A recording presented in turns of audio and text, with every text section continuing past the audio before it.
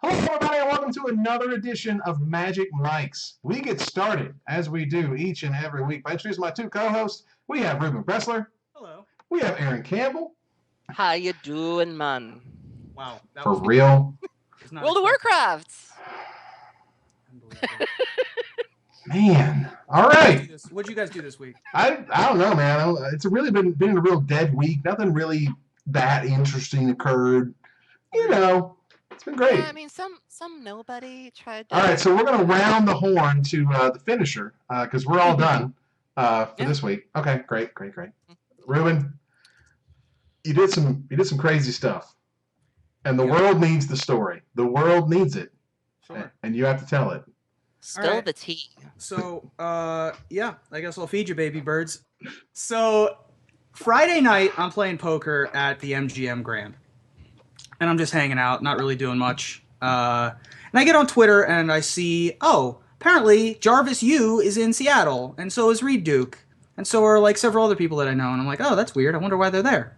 Turns out the finals of the MTG Super Sunday Series championships were at Wizards of the Coast headquarters. It's a pretty big event. You know, it's an invite-only 50 to 60-person tournament. First place is $6K. It's a pretty big Magic tournament. And there's just no coverage. And that's weird. Because there had been coverage of it in the past, and also not only is there no video coverage, but there's just nothing. I didn't even know it was happening. And I spent a lot of time looking at, tournament updates and knowing when things are. Right. And so I get on and I see some folks who are like, that's weird. Wonder why there isn't any. And among the vocal people on Twitter is my former roommate and fellow Las Vegas resident, AJ Soccer. Mm-hmm. Coverage person, media creator. Good man. Very talented dude. Yep. And he was like, hey, this is weird and I don't know why, but, why can't there be coverage? Like, if I were up there, I would just be doing it. And then people tweeted back at him and said, like, well, why don't you just do it? And he was like, well, I mean, it's tomorrow. It's in 12 hours. I'm not just going to buy a plane ticket for myself. A lot of other things are involved. And he started getting responses. Craig Wesco, for example, said, I'd donate $20. People responded, I donate $10. I donate, $5. I donate $50. I donate my time and energy, and my I would definitely watch whatever was produced. And, I got involved at some point and said, hey, the two of us would make a pretty good commentary team. There's nothing going on. We would do this. Cut to 4 hours later, we have a sponsor. I got to thank Michael Caffrey from Tales of Adventure, who helped us put this together and sent us to Seattle, me and AJ. We ended up contacting a friend of AJ's or a Twitter follower of AJ's who had video and streaming equipment in Seattle that we could use for free. I sent a text message to Matt Mendoza of 5 Color Media at 4 a.m. his time saying, hey, read my Twitter from the last 2 hours. I need some graphics. And he's like, you got it. I'm on board. And he made us graphics. That's awesome. Yeah, and in 6 hours, we were on a plane from a Twitter conversation. We were not the main people who wanted this to happen. The reason why this happened really was because Harry Corvasi, GP Top 8 competitor, put AJ and I into a chat together on Facebook and said, you have to do this. This would be epic. I'm making you do this.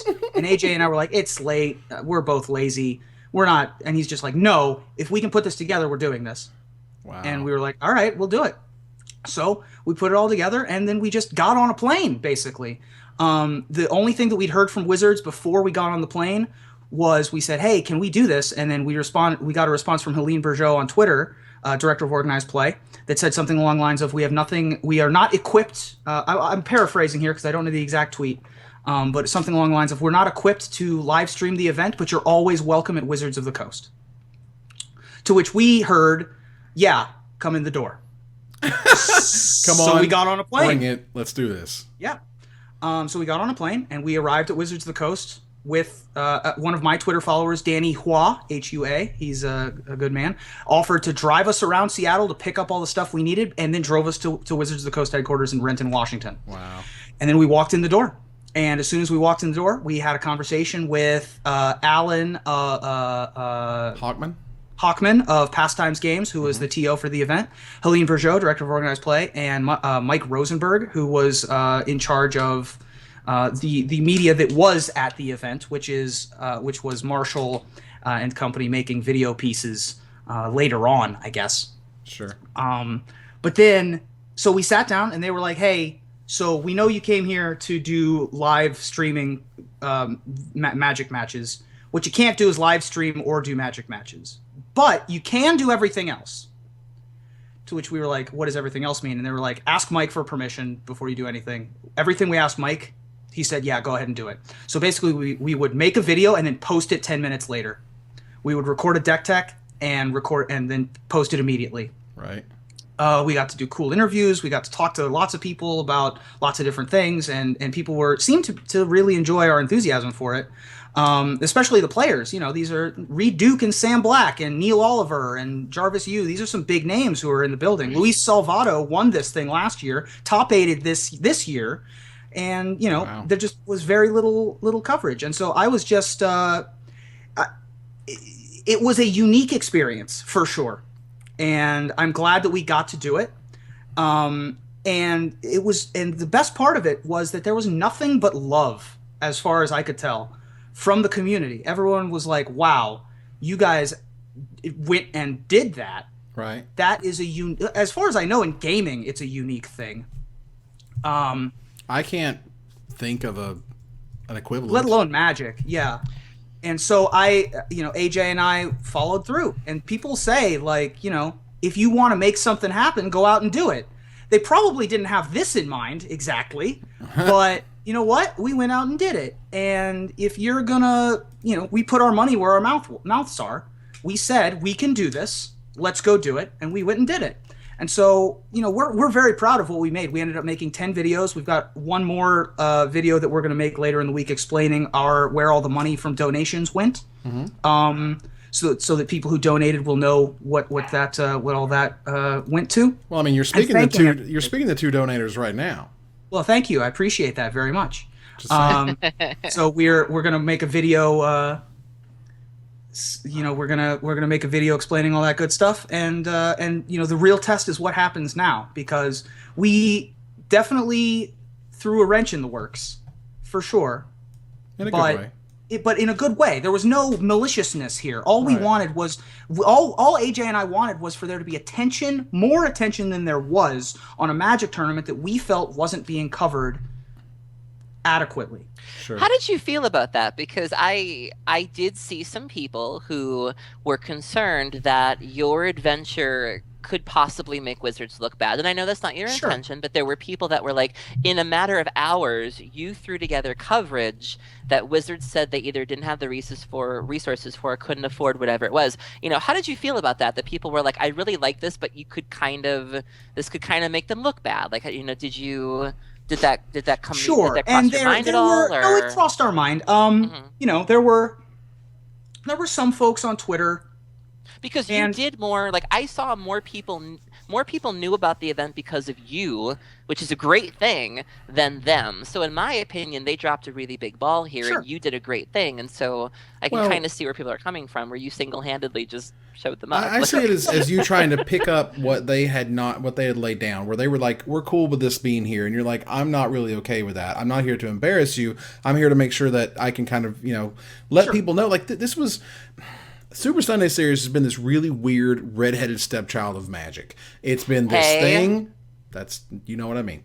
It's been this. It's been this. It's been the black sheep of the organized play kind of system that the Grand Prix is now ran on. It really is. It was. Yeah. They didn't want to run events that were branded like TCG player events or SCG Opens, and so they had this idea of an event leads to another event, which leads to another event, and no one gives a crap, because by the time you get to the end of this incredibly long journey of people randomly winning these things, basically, because you never really hear about it, they don't make a big deal out of it, you don't know who's really in it, and all of a sudden Reed Duke and Sam Black are hanging out in Wizards, kicking butt and destroying this place. Like, that should have been, that could have been a real story, but every time they try to talk about it, it's just kind of awkward. There are always different formats.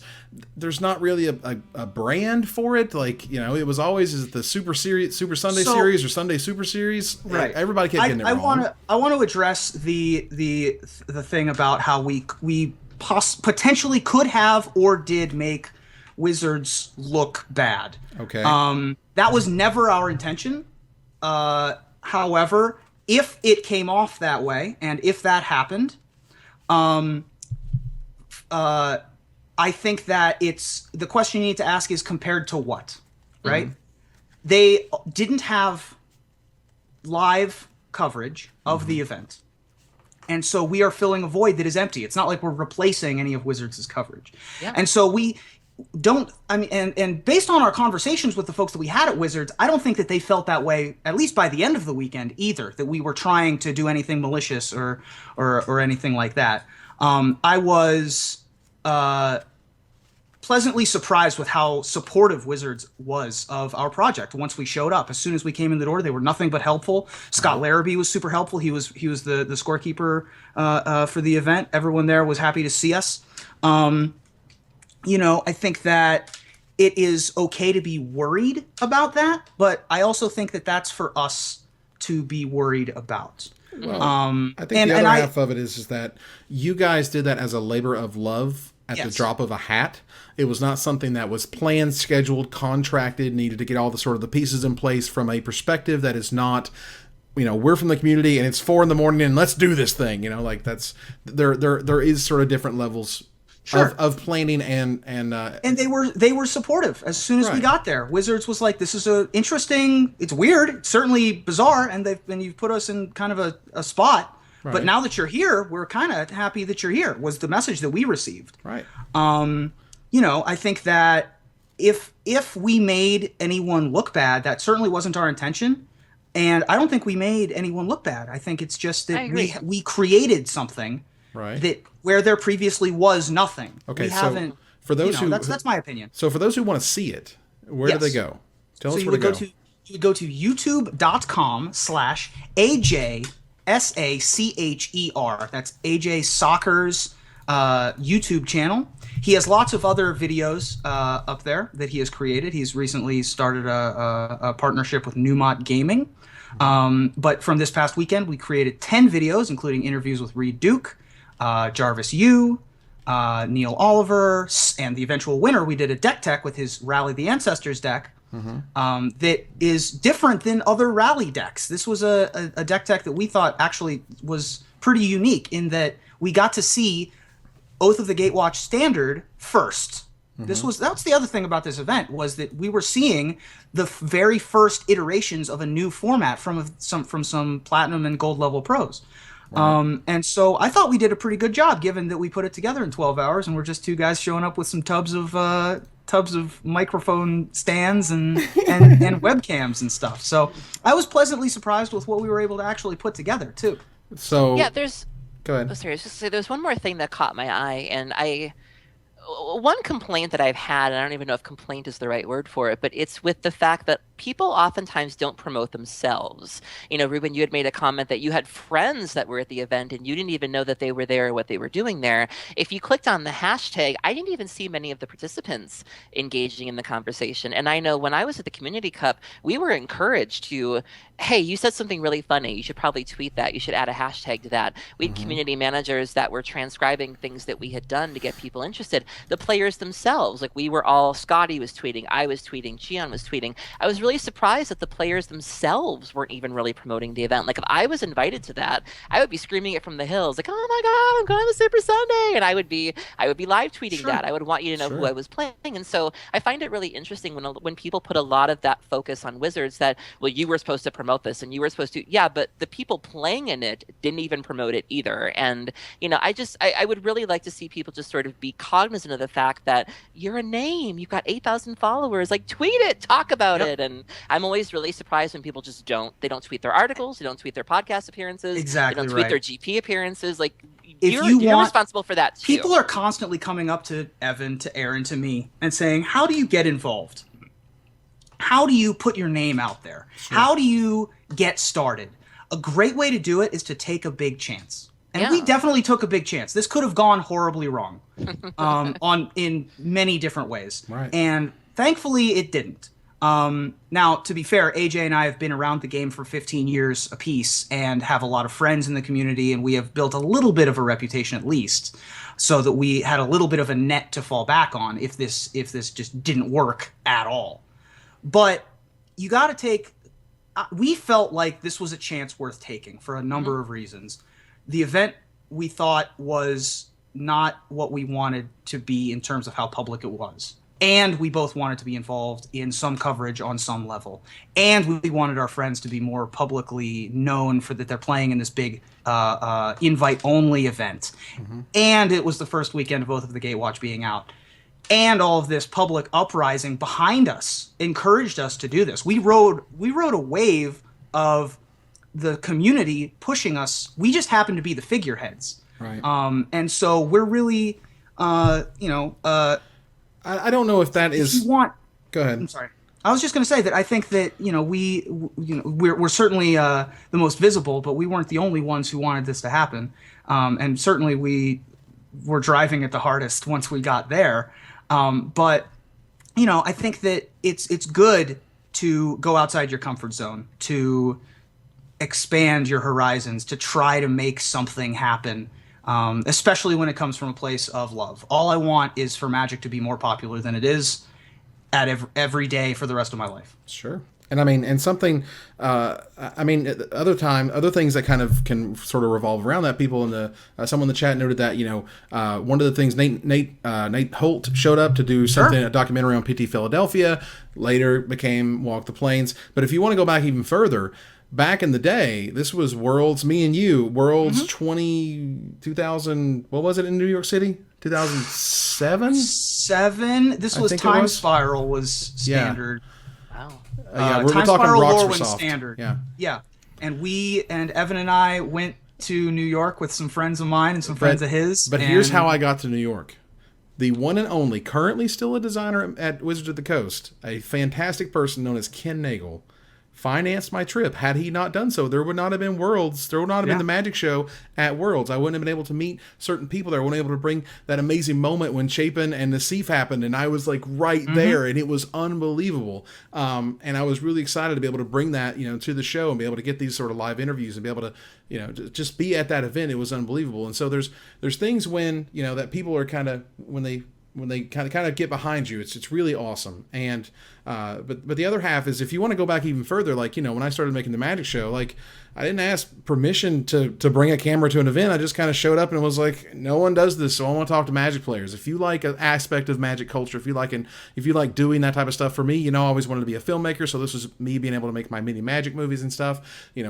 However it is that you want to fulfill that creative kind of urge and need, you can do it through Magic, and it may take some time. I mean, there is a fact that, Reuben, you and AJ have been in the community for a very long time. You've interacted with people. Obviously, you worked at SCG, and so have I, and so on and so forth. But, we have some of that kind of already built in. And I don't know if it's the answer that I would say to the person who says, how do we break in, is to do something like this. I would say you can see that this is sort of an example of what happens when you continue to just be like, I'm going to do this crazy thing, but I know everyone's going to be excited about it, and maybe it'll take off. I hope that people don't think that I'm being facetious when I say that we only did this out of complete love and respect for Magic. Sure. I think it showed in your tweets too, where it's like, you didn't come at it like a F the system kind of approach. You weren't hostile about it. You weren't doing it on like a rooftop next to Wizards. You came at it very constructive. And like you said, you wanted to work with them. You didn't, And we did. I want to say that they were super helpful the whole time. Again, like you could have easily played this in such a way where it was hostile and it was crummy, and you clearly had an axe to grind, and you probably wouldn't have gotten as far as you did with that. But I think you played this very well. Well, thank you. I'm not just saying. Our intention wasn't. We We weren't even thinking about it in that sense. We were just thinking about it. I mean, we don't have an axe to grind, so that's why we didn't play it that way. So, we'll see where it goes from here. I've already had some talks with some folks about future coverage things. Cool. Nothing's set in stone yet. But hey, if you run a tournament series out there and you want some folks to come up and do commentary, I know at least That guy one right other there. person, in addition to myself, who would be interested in covering your event. Well, There you Reuben, go. I'd need a little notice, and I gotta. So Like 6 hours enough? Yeah. 6 hours is fine. Okay, so you got to see the new format up close and personal. The world also got to see Patrick Sullivan in the booth again. Yes, he's so Finally. good. So good. But we got to see the top 32 decks from the weekend. And let me tell you, ladies and gentlemen, this is exactly what Battle for Zendikar should have been. This is what we should have been talking about the weekend that Battle for Zendikar debuted in Standard, which is also known as, hey, here's some Gideons. Sigh. Like, oh crap, we just made one awesome card and the rest are kind of all right, whatever. No, this set has completely turned things upside down. I am incredibly excited because we have Atarka red winning, whatever. The red deck won week 1. However, we had 3 brand new cards, 3 Reckless Amp Bushwacker right there, Splash and Black for your Self-Inflicted Wound and Kolaghan, totally different kind of makeup, that now Atarka red is now kind of Atarka red black almost, along with green, still using, the Become Immense or whatever. Mm-hmm. And that's just the first one. The second, we had Mono Green Eldrazi, unbelievable. And 10th place, they're running 4, and 16th place, Aintrazi's running 4. That's awesome. Worldbreaker is nuts. That card is fantastic and is apparently like blowing up. 3rd place, which is Jerry Thompson, Kalitas, Chandra, Flamecallers in there. Blue-Red Prowess, a brand new archetype that we've never seen before thanks to Stormchaser Mage being awesome. Now all of a sudden the rally deck's got Reflector Mages. 9th place, Emma Handy has 3. 11th place has 4 copies. 4 copies in 30th place. Sam Black, the winner. Am I incorrect here, Reuben? The winner of that event. He won, yeah. There was not much coverage, so I don't actually know. I know, right? I'm not actually sure who won. Damn yes, thing. he did win, and he did have a really cool new type of Rally the Ancestors deck. Right. With Ayli. With 3 copies of Ayli and 3 copies of Reflector Mage, which I have to say I was very wrong on Reflector Mage. We were talking about Reflector Mage in terms of like a blue-white control kind of shell. Sure. I just didn't even think of it in Rally, and clearly everybody else did. And here we have Mono Black Eldrazi from Barry Werner. It's 12th place. I mean, it's unbelievable. We got to see Matter. They have Reality Smasher and Matter Reshaper and Thought Not Seer, like all these awesome cards. Like, look at how much has changed just because this new set is in the format. We have Mardu Green, which is coming up in like 19th place and in 23rd place playing Goblin Dark Dwellers. That card is amazing, and people are just sort of waking up to that fact. Like, this set is awesome, and this is just showing you what happens when you release a great set. Everything changes, and that's what I want to see every time there's a release weekend. I don't want like Shadows to come out and we see like these same deck lists that we're just talking about now. They're just kind of moved on or whatever. Like, I want something that's new and exciting and different because the set gave you something that's new, exciting, and different. I mean, there's a bunch of really cool new cards from this set that are going to affect not just Standard but Modern in the future with the Pro Tour coming up. I mean, Stormchaser Mage I think has the chance to be the breakout card of the Modern Pro Tour. Oh, yeah. With the shakeup to how blue-red decks are going to be built. Right. Stormchaser Mage is no joke. That card is real in Modern. With the free Phyrexian spells, with all of the cheap effects that you have, you already have the aggressive pieces in place. Right. In Standard, we were talking before the show started about all these sweet different types of Eldrazi decks that you can make, including mono green Aintrazi with Ali Aintrazi's version, and then Zhendong Shan in 10th place. Is that right? 10th place. Has had another build, and then the second place deck had another build. I mean, there's so many ways to build these new colorless. It's weird what happens when you add a 6th color to Magic, right? So exciting. I absolutely love it. But Aaron, we might have to talk about Ruin in their wake. Can we all remind everybody what this card does? Can we just go ahead and run it? It's a green and a colorless sorcery. It searches for a basic land, yes? That you can put into the battlefield tapped if you control a waste. If you control a waste, yeah. Otherwise, it goes in your hand. Right, so it's rampant growth if you have the wastes in play, and it's lay of the land if you don't. Right. Basically. Okay. Aaron, go. Tell us your thoughts. I was really surprised to see not a lot of people playing this card, because this was a card I was really excited about going into Oath. Before I went to GP Oakland, I came back to Standard playing Green-Red Ramp. And the one thing I felt that was really missing was a good 2-drop. We had Sylvan Scrying, which is not great in Standard. We were using Hangerback Walker, which I still think is terrible in these decks. And so I was really excited by this card. It didn't seem like it'd be very difficult to get a waste on turn 1 or even turn 2. Frank Carson, noted mathematician, has done some math about this and, went over the calculations where if you have 4 Evolving Wilds and 4 Fertile Thickets and possibly even Oath of Nissa, how many wastes you would need to run. And ideally, you want to shoot for like 70% or more, and so therefore you only need 8 wastes. And a lot of these green cards only require 1 green source. You could possibly even make room for a mountain. I don't think it's that much to ask, and I don't think it's that oppressive or difficult to make room for this card. And it seems like a lot of the ramp players didn't even bother. They wanted to stay on that colorless plan of chain Ulamogs with Sanctums and get all your shrines out. And I really disagree with that. And I'm really hoping that, this was just a week 1 standard thing, and that maybe there will be some tuning and some refining, and that more people will kind of wake up to this card, because I can't imagine that this card is bad. This card is bad. I can't imagine it's not bad. Why would you, as a ramp deck, why would a ramp deck willingly want to start ramping on turn 3? No, you want to start ramping on turn 2, and this card lets you do that. Let me give you a corollary. There's a card called Silumgar Scorn in Standard, which I use. It is counterspell. Yeah. When you have a dragon, not that tough, you're running a lot of dragons in the decks that run Silumgar Scorn. Yet sometimes it is still just a force spike. Yeah, it's just a bad force spike, and it's not so good, even though it is actual counterspell if you're running 7 dragons or whatever in your deck, statistically. 6 dragons in your deck statistically. Which is less than the number of wastes you would need to run to make Ruin work. Right, because you're trying so hard to make Ruin work. The rest of your deck is going to get slowed down by the fact that you have all 26 these lands in a ramp deck?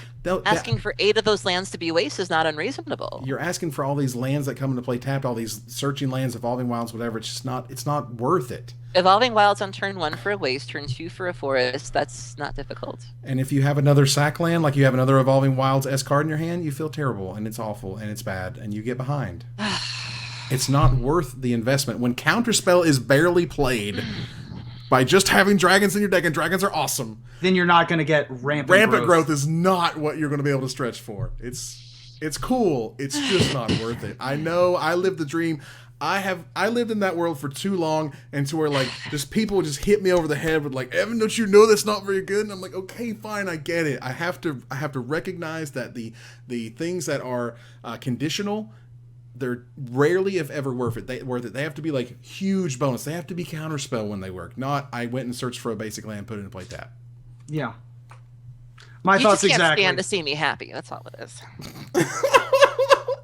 It's not that. Wow, this escalated quick. Jesus, it's just about being all right. Whatever. It's about evaluating Magic cards. But I've lost my deck in this new format. You were talking about all the great new decks. My deck is gone down the toilet. I was an Esper Dragons player. We'll get to that. That's coming up around the bend. Okay. But yeah, I think that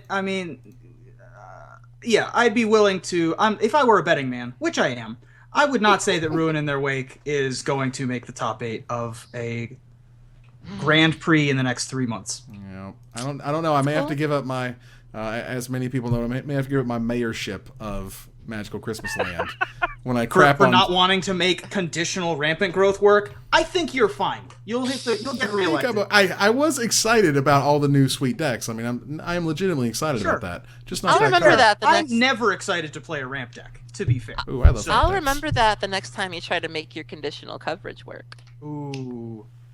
Right here, right in the heart. Oh, you want some gravy for that roast, bro? Wow.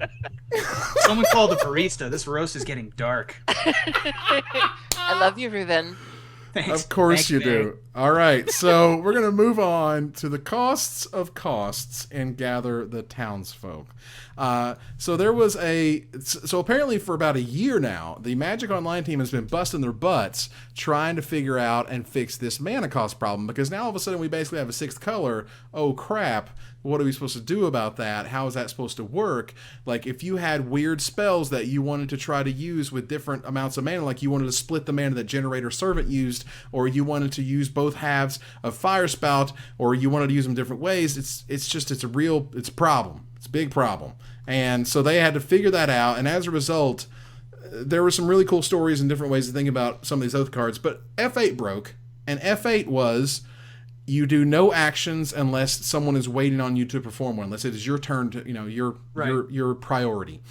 And apparently that just ruined people's worlds. I never even used F8, so I guess I'm a weirdo. I didn't even know what it did until you told me an hour ago. I love F8. F8's my favorite. Apparently it was the greatest thing that no one was sort of talking about until it broke, and then it was like, oh my god, my Magic Online experience has been completely destroyed. And I'm like, I didn't say that. I'm just sad that a friend of mine has now moved on to the great beyond. I mean, cats, dogs, up is down. I mean, I don't get it, man. People are flipping out, and I'm like, all right, an F key isn't working. So wait a minute. So you said that means you have no response to something? No, it means it's the no possible play. So you yield until you have a possible play. Right. So, if you had nothing to do in response to something, you would hit F8? Right, so if you were tapped out and had no force of will in your hand or anything I play ad nauseum, so in response to you doing something, I kill you, so that's why I don't hit F8. But what if... but you don't always... Well, but once you have the ability to respond, it will then wait for you to respond. F6 is different. F6 is I'm cool, I don't care what happens on this turn. F8 that's the dredge button. Yeah, F8 is just wait and let me know when I have either mana or I have something I can respond to or whatever. I was using... I did a cube draft earlier today, and I didn't know that some of these changes went into effect. Specifically the Phyrexian mana payment... Where you have to tap a person, tap your face? Where you tap your face to pay for Birthing Pod? That was weird. I didn't know that's how... You previously, when you were casting a Birthing Pod on Magic Online, you had a drop-down menu on the card Birthing Pod that said pay 3 colorless and a green or pay 3 colorless and 2 life. Right. Now you click Birthing Pod, and then a little symbol says pay 3 colorless and a green Phyrexian mana. And then you can tap your face to pay 2 life, which is cool. I mean, that's how Toxic Deluge had worked before, and some other life-paying effects like that. But, it was super weird, because I just didn't know it was coming, because I hadn't read this, read the update until then. Right. It's pretty intuitive. I like it better. There were some nightmare cards, like Figure of Destiny, for example, had this novel drop-down menu of, do you want to pay a red? Do you want to pay a white? Do you want to pay red, white, white? Do you want to pay white, white, white? Do you want to pay white, red, red? Do you want to do this? Do you want to do this? Oh my god, what's happening? It was a huge monster menu, and every single hybrid thing that had a hybrid cost would show you every single frigging option, and it was ridiculous. And I'm excited to see a Magic Online experience that doesn't include a million options, and you having to go down and pick the right one for the mana that you have. Oh my god, it's so annoying. Yeah. F8 was also a popular thing in multiplayer formats, because traditionally you tap out in Commander. And so just as a courtesy to speed up the game, you can F8 through multiple turns as opposed to F6ing on one turn, F6ing on one turn, F6ing on one turn. Right. F8 is a function that works at the beginning of a game. You only have to hit F8 once. Right. I'll be excited to use Boros Reckoner and not see every single option and not have to get oh god, did I tap red, red, white? And I got Divinity of Pride is another good one that's in the cube right now. Yep.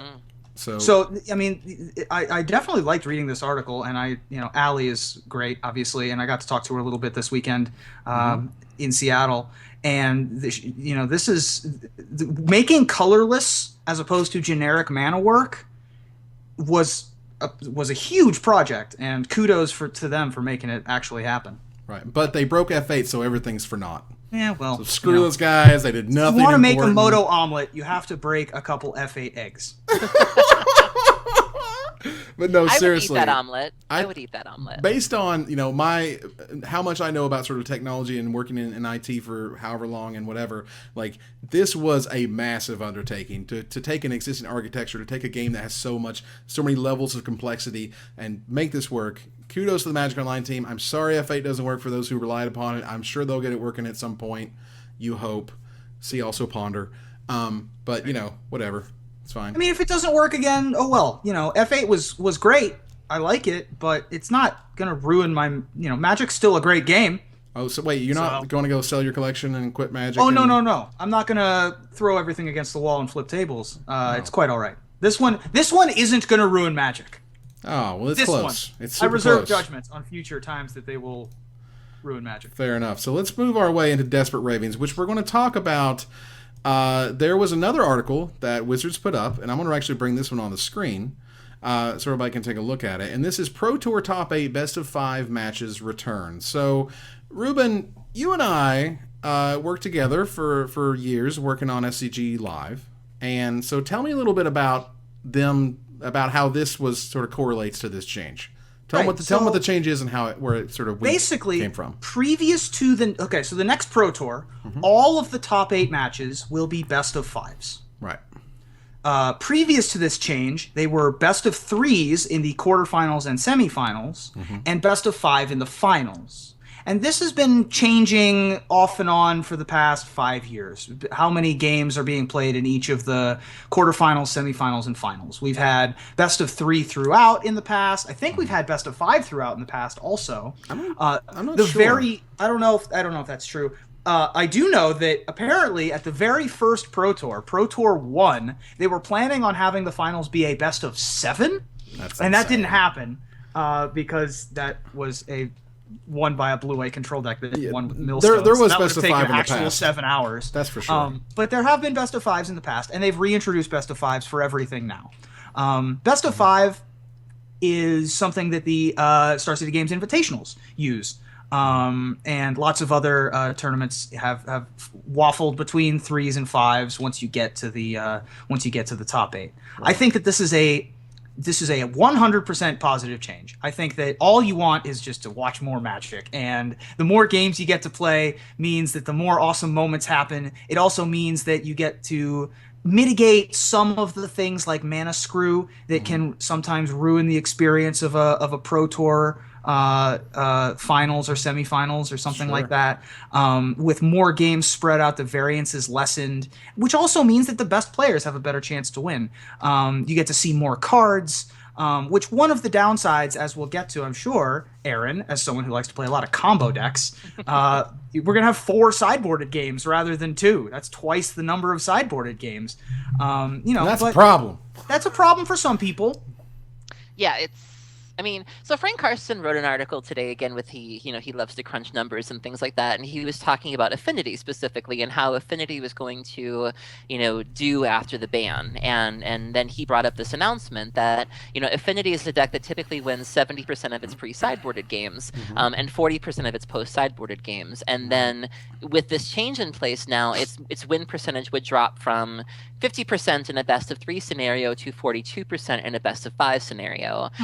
And so me as an ad nauseum player, it's like, that means I'm more likely to run into a Spellskite, or I'm more likely to run into, trying to think some of the other Stony Silence is something that I also don't want to see. And, for people like us where we're very weak to hate, it's very easy to have that silver bullet. We're looking at more of an uphill climb if we want to do well in this environment. Right, and that's where some people were talking about how it basically makes sideboarding much more important and much more impactful. If you are down, if you are a dog once sideboarding happens, that's the thing. Affinity can get you to top 8, and then you're going to get destroyed because it's best of 5. You had the bonus at 70%, but you couldn't close. On the flip side, though, maybe it's just the decks that I play in that they're so single focus. But I've never not played a deck because of sideboard hate. Obviously, I play Dredge. Sure. People are like, "What about Rest in Peace?" When I played Constellation and Standard, there were people that were like, "Well, you shouldn't play this because back to nature." The decks that I play do sort of have that attitude of, "This is what I'm gonna do. You either have that one copy of that one card in your sideboard, otherwise I'm coming for you." Right. And so this doesn't necessarily discourage me. If you don't have that card, I'm going to have a field day. I do have a couple answers to your hate. And like I said, me personally, I'd still play the decks I want to play.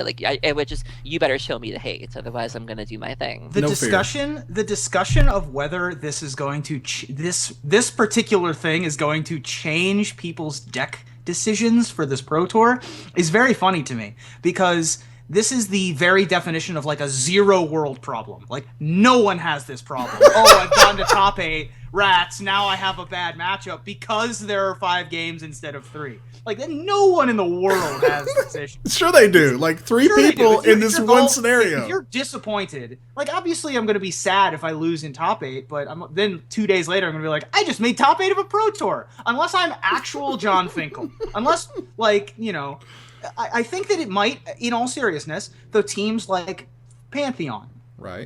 The teams like Channel Fireball, the original Channel Fireball, right. Those types of teams where they want to, you know, they don't want to hit 60th place. They want top 8 or bomb out. Like that's the kind of decks that they tend to play. Sure. This might affect their decisions, but the players who are, you know, just happy to be there. Not even just happy to be there. Like gold level pros sure. who have a Pro Tour top 8 would be happy to have a second Pro Tour top 8. Sure. Right? Whether or not their win percentage in that top 8 is going to be lessened by 8%.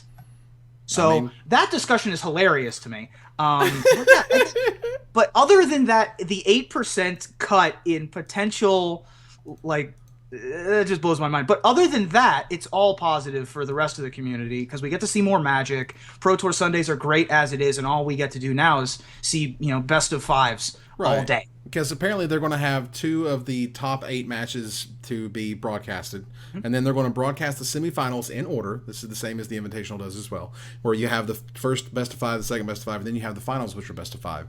I agree that it is a incredibly smallest world problem to ever concern yourself about the 8% hit that you take because the Pro Tour top 8 changed the best. Now maybe it's a higher number for a different deck. Maybe Bogles loses by 10%. Sure. Okay. Bogles? I say Bogles because there's only 1 G, so technically it's a long O. Or Grishol brand, for example, right? That's the deck we were talking about because that can still win on turn 3. Right. And without Bloom in the format, Grishol brand is the one that people are afraid is going to be winning on turn 3 on camera. With extra sideboard games, with extra graveyard hate, with extra Thalias or whatever people are playing in Hate Bears or whatever, maybe. Or Shoal, yeah. Or Shoal. Then you know, maybe it takes a bite out of that too. So you know, I think that there's very little but upside. Grishol brand sounds like we're just trying too hard sometimes. It is trying a little hard, but what else are you gonna call it? Not. But you can't call it Goryo's because that's too vague. Because there are other decks that play Goryo's Vengeance. I guess. Yeah. I don't know, but all I know is that it could be a bad time. Hulk. Dude, I loved Bubble Hulk. Do you know where Bubble Hulk came from? It was Team Hell. Team Bubble It from came Australia. from the 7th Circle of Hell. That's where it came from. Nice. Well, speaking of bad times, there's an O2 drop, and the O2 drop is not a segment we get to run back very often, but the O2 drop was what you should not have played this past weekend. And Aaron, I think you got a little knowledge on what you shouldn't have been playing this past weekend. So I've been playing Esper Dragons for the past month. I took it to GP Oakland, and Esper Dragons saw a noticeable decline on Magic Online. Brad Nelson took it to the Open, and I think he went 10-5 or maybe 9-5. I mean, it wasn't good. It didn't work out very well. But I mean, it was good by my standards. It was good by my standards, but not by Brad Nelson's standards. But sure. I do think the format is really, really hostile to Ojutai right now. You have Mardu on a bit of an upswing. Crackling Doom is everywhere now between that and Jeskai Black. You have more ways to get Crackling Doom back with Goblin and Dark Dwellers, with Kolaghan's Command. Kolaghan's Command is not a spell, right? No. Jace can bring it back. I'm sorry. Yeah, can. But now you also... Kolaghan's Command is creature, isn't it? No, that's I'm sorry. You're talking about the ability of it. I'm sorry. The ability on like, it. It is a spell. Sorry about that. Yes, it is a spell. yes. OG And it brings ties back is a the creature. I'm sorry. Yeah. Right. Yeah. Oju's command brings back. So there's more ways to bring cards like Crackling Doom back, and now you have Reflector Mage, which can also bounce an Ojutai if you attack with it and you're kind of caught with your pants down, and then you can't cast it for another turn. So I think it's just a really, really bad time to be playing Ojutai right now. I think if you want to be playing a control deck, you're better off just playing either Jeff Hoagland's Black-White list, or you're better off playing Jeskai Black, or you're better off trying, you could even try, Reed was playing Mage Ring Esper, which is where you play very few win conditions. I think you play like N Ugin and Ob Nixilis and Jace, and hope for the best. So I think Mage Ring Esper is something you could do, or you could also possibly try Esper Super Friends, like you could do Gideon, Jace, Ob Nixilis, and maybe play some of the Oaths. Yeah, I think you could do that too, but I just think don't bring dragons right now. It's just bad. I definitely agree with that. The first place Atarka red deck that won this weekend was splashing black for Self-Inflicted Wound, which is not a card you want to see out of a red deck that's already beating you down, and your first big creature you play is a 5-drop that just dies immediately. People are running a record number of Self-Inflicted Wounds in sideboards. Crackling Doom is all over the place.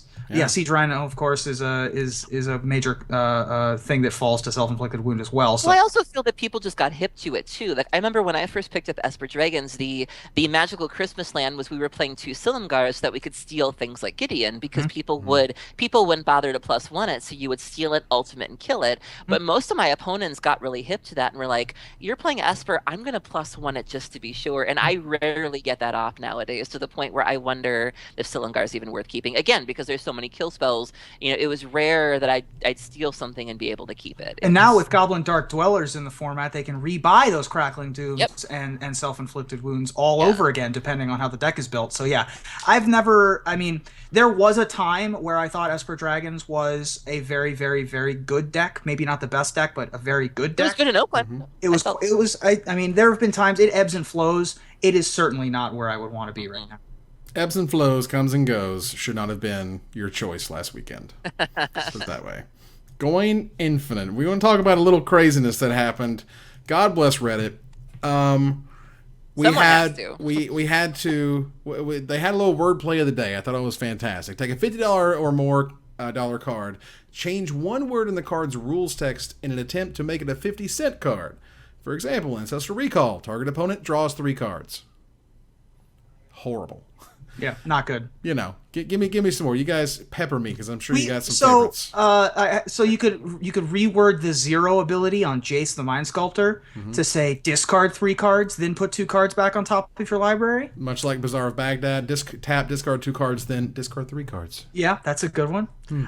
Wasteland could destroy target desert land instead of target non-basic land. I like someone. These are pretty fun. I like these. These are fun. Lion's Eye Diamond just going to common. That's what they did. That's what they changed. They changed it from rare to common. Oh. Yeah. that would lower the price of it for sure. That was super clever. I thought that was cool. Force of Will. You may exile an enchantment card from your hand and pay 1 life. Instead of a blue card. Or maybe a legendary enchantment if we're going to go all the way. This is a weird Reddit thread. And I like when these pop up on Reddit because the community sort of goes like, I have to use a different part of my brain now. And these are a ton of fun. Yep, I enjoyed this quite a bit. So yeah, you guys should go to the Reddit thread and see what all the folks have. Mox Opal having Ferocious. That wouldn't be too hard for Affinity to do though with that cranial plating. Like, whoop, it's an 8/1 Vault Scourge. Like, ugh. Crucible of Worlds. You may play having Ferocious. You may play land cards from your hand. Thought that was great. Sensei's Divining Top. Look at the top 3 cards of your graveyard. Like, sweet. Yeah. Nice. Interesting thought experiment for sure. Yeah. Yep. I like it. So that was fun, but unfortunately we have to kind of swing back down to a slightly negative story. This is where there was splash damage is where it's not quite related to Magic per se or the culture, but it is tangentially. And tangentially, there was a story on Time. There was a store in Texas who had their door ripped off by ripped off. $75,000 of that was not the right Magic cards. Oh, Magic cards. Sorry, I thought I had the page to be able to pull up, but I didn't have it set up. But just to be clear though, these guys took the cases. This is not like you see in like the bank heist movies or the jewelry heist movies where somebody has a sack and they just sort of shuffle the jewels and they shuffle the money in there. These guys pulled the barber shop and just took the case. You know how like a barber shop the ATM? Yeah, it's not like they had to take individual cards out of individual sleeves and individual baseball card binders. I mean, they picked up and ran in and took the jewel cases. Yeah. This was a smash and grab for sure. That's right. I think one of the guys is wearing camouflage according to one of the guys was wearing like a surgical mask. Right. And the other guy just wasn't wearing a mask, like isn't afraid of being identified. Right. So these 2 guys stole from Pat's Games in Austin, Texas.